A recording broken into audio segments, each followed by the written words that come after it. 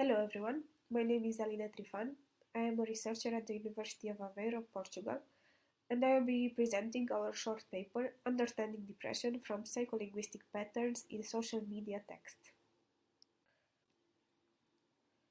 The World Health Organization reports that half of all mental illnesses begin by the age of 14. Most of these cases go undetected and untreated. Suicide ideation, anxiety, and depression are some of the most spread mental health diseases among adolescents and young adults, with a little over 800,000 people dying by suicide each year. Young adults suffering of mental illnesses are more likely to express themselves online, either through blogging, social networks, or specific public forums. And as we write digitally more and more, these large volumes of data can be processed automatically with the purpose of inferring relevant information about one's well-being, such as mental health status.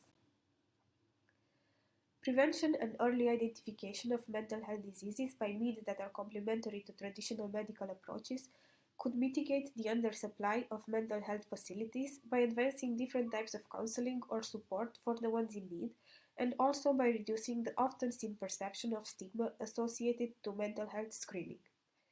In this work, we address the challenge of identifying depressed users of the Reddit social platform.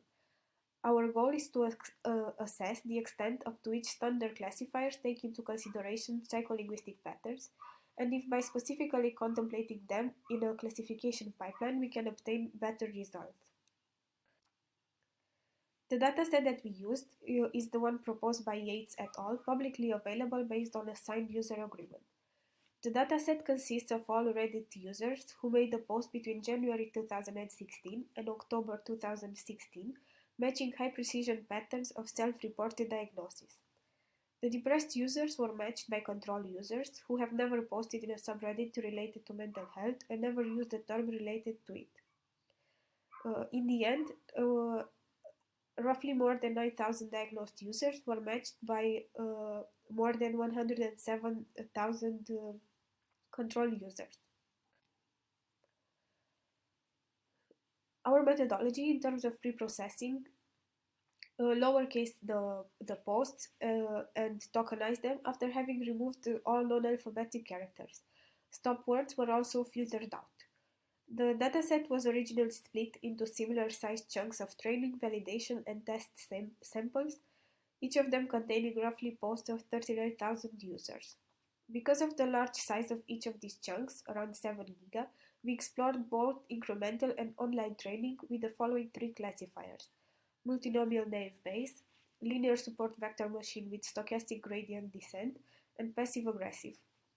For the out-of-core classification, we trained the classifiers with batches of 500 users' data. The first approach that we took followed the standard processing stream for text classification. We considered bag of words features for the three classifiers, and we applied counts and TF-IDF-based feature weighing. A further study into psycholinguistic literature revealed possible patterns in the language of depressed users that we modeled as features of a rule-based estimator. Such features were absolutist words. A recent study on absolutist thinking, which is considered the cognitive distortion by most cognitive therapists for anxiety and depression, showed that anxiety, depression, and suicidal ideation forums contain more absolutist words than control forums. This study resulted in a validation of an absolutist words dictionary that we present in Table 1 and which we use in our methodology. The usage frequency of absolutist words was considered as a feature of the rule-based estimator. Another feature was the lexical category, for which we used Empath, a text categorization open source software that works similarly to the linguistic inquiry and word count software. As depressed users tend to have an overall more negative connotation of their text, we used Empath's lexical category as a feature of the rule-based estimator. Another feature considered was the frequency of self-related words, such as I, me, myself, mine, that depressed users tend to use more. Finally, we used the post length as another feature for our rule-based estimator, as depressed users tend to write more words than control ones.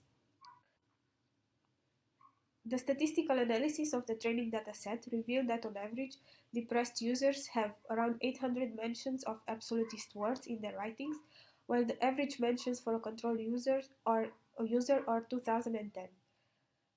Posts belonging to depressed users contain roughly 3,000 self-related words, while posts of control users contain on average 700 of them. The average number of tokens for a control user is at 20,000 tokens, while for a depressed one reaches 69,000.